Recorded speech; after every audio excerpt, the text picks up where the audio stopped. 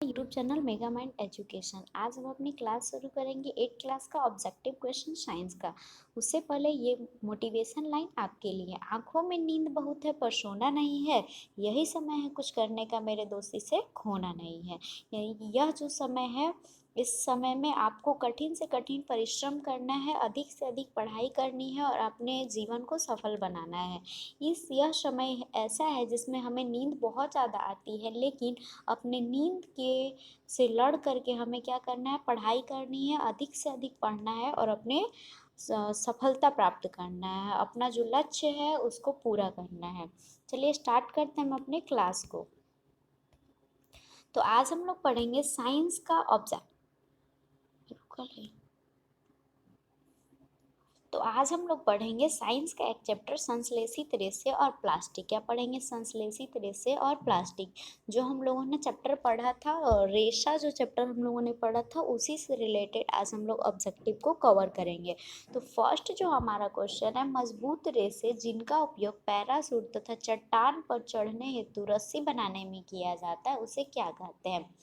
यानी कि वह कौन सा रेशा है जिससे मजबूत रस्सी बनाया जाता है। तो मजबूत रस्सी बनाने के लिए पहाड़ों पर चढ़ने या फिर चट्टानों पर चढ़ने के लिए हम लोग नाइलॉन का प्रयोग करते हैं। किसका प्रयोग करते हैं? नाइलॉन का। You can check your answer. हमारा आंसर जो है क्या है? नाइलॉन है। नेक्स्ट क्वेश्चन है कि उच्च अणु भार वाले बहुलक को क्या कहा जाता है? उच्च अणु भार वाले जो बहुलक होते हैं, जिनका अणु भार क्या होता है? उच्च होता है, उसे हम लोग कहते हैं प्लास्टिक। क्या कहते हैं? प्लास्टिक। ये आपके एग्जाम के लिए इम्पॉर्टेंट है, इसको आप स्टार मार्क बना के याद कर लीजिएगा, ठीक है। नेक्स्ट है हमारा आंसर, चेक कर लीजिए। उच्च अणु भार वाले बहुलक को प्लास्टिक कहते हैं। नेक्स्ट है पॉलीथीन किस प्रकार का प्लास्टिक है? तो पॉलीथीन जो है वो क्या है? पॉलीथीन किस प्रकार का प्लास्टिक होता है? तो पॉलीथीन जो होता है वो थर्मोप्लास्टिक का एक प्रकार होता है। किसका? थर्मोप्लास्टिक का प्रकार होता है। तो अगर बात करेगा कि पॉलीथीन किस प्रकार का प्लास्टिक है, तो थर्मोप्लास्टिक है। किस प्रकार का प्लास्टिक है? थर्मोप्लास्टिक। ये जो ऑब्जेक्टिव है आपके एग्जाम के लिए बहुत ही ज़्यादा इम्पॉर्टेंट है, तो इसको लास्ट तक देखिएगा, अपने कॉपी में राइट डाउन कीजिएगा और इसको अच्छे तरीक़ा से याद कर लीजिएगा, ताकि इससे रिलेटेड एक भी क्वेश्चन आपके एग्जाम में छूट ना पाए। नेक्स्ट हम लोग क्वेश्चन चलते हैं, इसका आंसर थर्मोप्लास्टिक। टेफलॉन, टेफलॉन क्या है? तो हम लोगों ने हमने आपको एक अपने क्लास में बताया था कि टेफलॉन क्या है। टेफलॉन जो होता है वो क्या होता है? एक प्रकार का प्लास्टिक होता है। क्या होता है? प्लास्टिक। टेफलॉन जो होता है एक प्रकार का प्लास्टिक होता है। क्या होता है? प्लास्टिक है। नेक्स्ट हमारा क्वेश्चन है, पैराशूट बनाने में किस रेशे का प्रयोग किया जाता है? पैराशूट जो हम लोग बनाते हैं, अभी अभी मैंने बताया कि पैराशूट बनाने के लिए मजबूत रेशे का प्रयोग किया जाता है, और मजबूत रेशा कौन सा होता है? नाइलॉन होता है। कौन सा होता है? नाइलॉन। इसका आंसर नाइलॉन हो जाएगा। नेक्स्ट है हमारा, रेयॉन एक रेशा है। तो रेयॉन जो एक रेशा है, यह किस प्रकार का रेशा है? प्राकृतिक रेशा, संश्लेषित रेशा, प्लास्टिक, या फिर इनमें से कोई नहीं? तो आपको बताना है, इसका आंसर बताइए। रेयॉन एक रेशा है, किस प्रकार का? तो रेयॉन जो होता है एक प्रकार का, हम लोग कहेंगे संश्लेषित रेशा होता है। कैसा रेशा? संश्लेषित रेशा होता है। हम लोगों ने अपने क्लास में पढ़ा था कि रेशे जो होते हैं दो प्रकार के होते हैं, प्राकृतिक रेशा और संश्लेषित रेशा। तो संश्लेषित रेशा के अंतर्गत कौन सा आता है? रेयॉन आता है। नेक्स्ट हमारा क्वेश्चन है, निम्न में से कौन प्राकृतिक बहुलक है? निम्न में से कौन प्राकृतिक बहुलक है? तो बताइए इसका आंसर कौन सा है? निम्न में से कौन प्राकृतिक बहुलक है? तो पॉलिस्टर, सेल्यूलोज, एक्रिलिक, या फिर नाइलॉन? कौन है प्राकृतिक बहुलक? तो प्राकृतिक का बात करेंगे तो पॉलिस्टर जो होता है यह भी एक संश्लेषित है, एक्रिलिक भी संश्लेषित है, और नाइलॉन भी एक जो है संश्लेषित रेशा है। बट सेल्यूलोज जो होता है यह क्या होता है? प्राकृतिक रेशा होता है। तो हमारा सही आंसर हो जाएगा सेल्यूलोज। सेल्यूलोज जो होता है प्राकृतिक रेशा होता है। नेक्स्ट हमारा क्वेश्चन है, इसका आंसर चेक कर लीजिए, सेल्यूलोज। नेक्स्ट है निम्न में से कौन प्राकृतिक रेशा है। तो प्राकृतिक रेशे का बात किया जाए तो अगर हम लोग देखते हैं नाइलॉन जो होता है संश्लेषित रेशा, रेयॉन जो होता है संश्लेषित रेशा, और पॉलिस्टर भी जो होता है संश्लेषित रेशा होता है। बट रेशम जो कि हम लोग कीट वगैरह से प्राप्त करते हैं, तो कीट से प्राप्त करते हैं प्राकृतिक जीव, और उससे जो मिलेगा हम लोग को रेशा उसको हम लोग कहेंगे प्राकृतिक रेशा। यानी कि प्राकृतिक रेशा कौन सा होता है, रेशम होता है। क्या होता है, रेशम। प्राकृतिक रेशा कौन सा होता है, रेशम होता है। नेक्स्ट हमारा क्वेश्चन है निम्नांकित में संश्लेषित रेशा है। तो प्राकृतिक रेशा तो हमने देखा था, उसी में कुछ संश्लेषित रेशा का टाइप देखा था।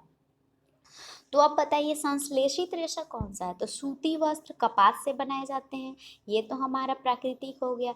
रेशमी रेशे कीट से बनते हैं रेशे, तो वो तो प्राकृतिक हो गया। और हमारा जो प्लास्टिक होता है यह क्या होता है, संश्लेषित रेशा होता है। इसको मानव निर्मित मतलब मानव द्वारा बनाया जाता है, इसीलिए इसको हम लोग क्या कहते हैं, संश्लेषित रेशा कहते हैं। तो पॉलिस्टर जो है क्या है, संश्लेषित रेशा है। ठीक है, क्या है, संश्लेषित रेशा। नेक्स्ट हमारा क्वेश्चन है वर्तमान दैनिक जीवन में लकड़ी की जगह हम किस चीज़ का प्रयोग करते हैं। पहले जो लकड़ी यूज किया जाता था अधिक से अधिक मात्रा में, उसकी जगह हम लोग क्या यूज करते हैं।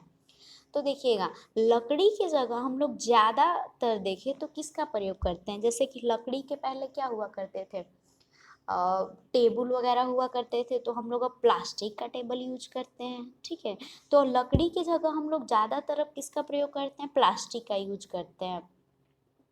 बहुत सारे चीज़ ऐसे एग्जाम्पल हैं जो पहले के ज़मानों में लकड़ी के बने हुआ करते थे, लेकिन अब हम लोग किसका करते हैं, प्लास्टिक का यूज करते हैं। जैसे कि हम लोग देख सकते हैं टेबल वगैरह हो गया, कुर्सी हो गया, बेंच हो गया, जो लाइन वाला बोर्ड होता है वो पहले लकड़ी का होता था, अब हम लोग प्लास्टिक का यूज करते हैं। ज़्यादातर देखा जाए तो खिड़की वगैरह भी जो होता है मतलब उसमें बीच वाला शीशा थोड़ा प्लास्टिक वाला कब आता है। तो बहुत सारा चीज़ है जो हम लोग किसका यूज़ करने लगे हैं, प्लास्टिक का यूज़ करने लगे हैं।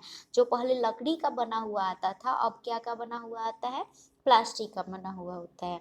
तो लकड़ी की जगह अब किसने ले ली है, प्लास्टिक ने ले ली है। तो लकड़ी की जगह ज़्यादा हम लोग किसका प्रयोग करते हैं, प्लास्टिक का यूज करते हैं। अब देखिए सेल्यूलोज, सेल्यूलोज का शुद्ध रूप क्या होता है। यानी कि सेल्यूलोज जो है एक प्रकार का प्राकृतिक रेशा है। कैसा रेशा है, प्राकृतिक।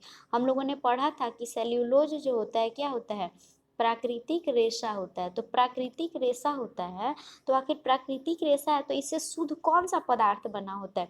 तो इससे जो बना होता है कागज बना होता है। अगर हम लोग कागज की बात करेंगे तो कागज जो होता है सेल्यूलोज का शुद्ध रूप होता है। हम लोग जानते हैं कागज जो होता है वो लकड़ी के लुगदी से बनाया जाता है। तो हमारा आंसर हो जाएगा कागज।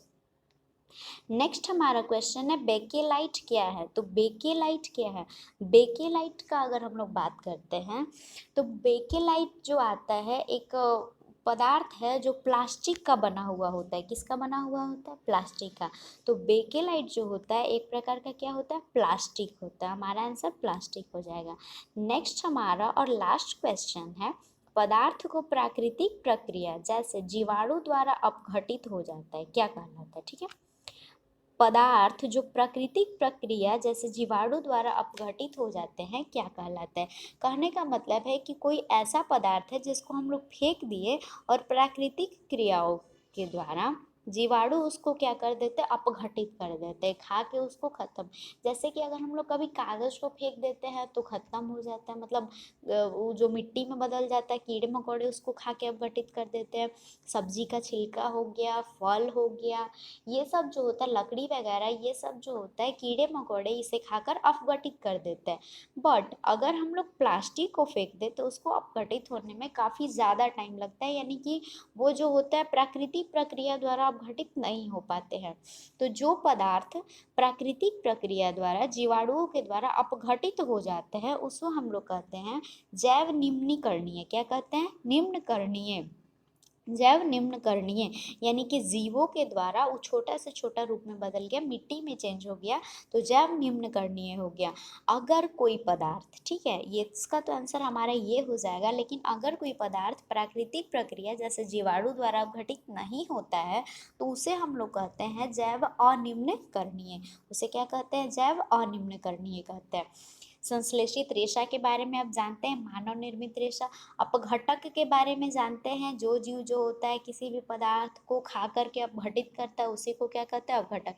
छोटे छोटे कीड़े जो होते हैं उसे हम लोग कहते हैं। तो इसका जो आंसर हो जाएगा हमारा क्या हो जाएगा, जैव निम्नीकरणीय हो जाएगा। तो आज हम लोगों ने रेशा जो है इस चैप्टर का ऑब्जेक्टिव कंप्लीट कर लिया है। इन सारे ऑब्जेक्टिव को ध्यान से पढ़ें, कॉपी में लिखें और इसे याद करें। Thank you very much.